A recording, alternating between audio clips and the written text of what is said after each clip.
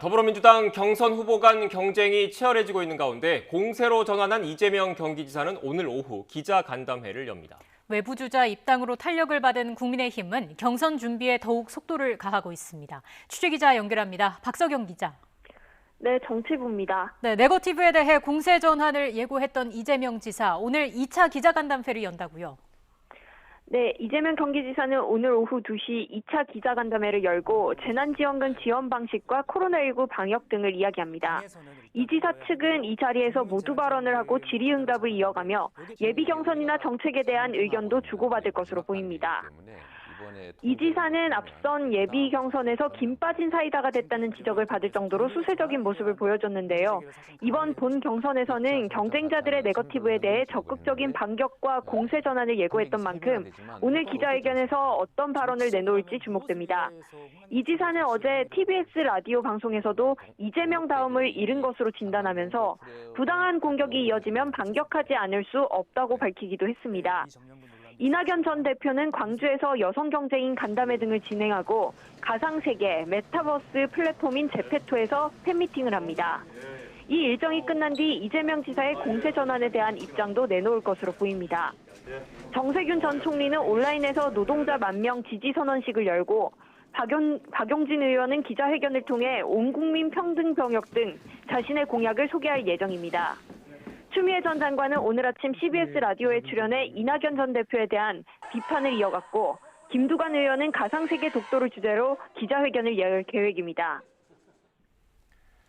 야권 상황도 알아보죠. 어제 최재형 전 감사원장이 입당하면서 국민의힘 경선 분위기도 달아오르고 있죠.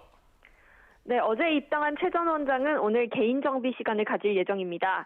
또 윤석열 전 총장은 내일 광주를 방문해 5.18 민주묘지를 참배합니다. 당내 주자인 홍준표 의원은 오늘 대구시당에서 현안 관련 기자간담회를 합니다. 언급되는 범야권 주자만 10명이 넘는 가운데 경선준비위원회는 오늘 3차 회의를 열고 준비에 박차를 가하는데요. 앞서 경준이는 9월 하순인 추석 연휴 전까지 경선 후보를 8명 정도로 추리는 안을 유력 검토했습니다. 오늘 회의에서는 1차 컷오프 방식이 어떻게 결정될지, 민심을 반영하는 여론조사 비율을 높이자는 의견이 나올지 등이 주목됩니다. 최 전 원장의 입당에 자연히 야권에서 선두를 달리고 있는 윤석열 전 검찰총장 입당 여부에도 관심이 쏠리는데요. 윤 전 총장은 입당 여부에 대해 여전히 명확한 답을 내놓지 않고 있습니다. 이를 두고 이준석 대표는 오늘 YTN 라디오에 출연해 국민의힘에 입당하지 않겠다는 인상을 받지 못했다며 윤 전 총장의 입당을 자신했습니다. 저도 윤 전 총장을 개인적으로 만나본 일이 있지만은 그런 인상은 전혀 받지 못했습니다. 그리고 윤 전 총장 주변의 인사들도 저희와 긴밀하게 소통하고 있는 것도 사실이고요. 그렇기 때문에 제 생각에는 이게 제3지대론을 위한 포석으로서 윤석열 전 총장이 사람들을 만나고 다닌다 이렇게 보지는 않습니다.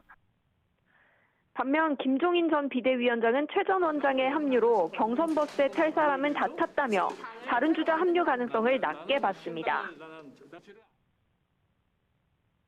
당 내부에서 몇 사람이 더 나올지는 모르지만 외부에서 탈 사람은 내가 보기에 끝난 것 같은데. 윤석열 전 총장은 지금 상황으로 가면은 그 버스를 아마 타기 힘들 거예요. 내가 윤석열 총장이라고 그래도 그 버스를 타려고 노력을 안 할 거라고 봐요.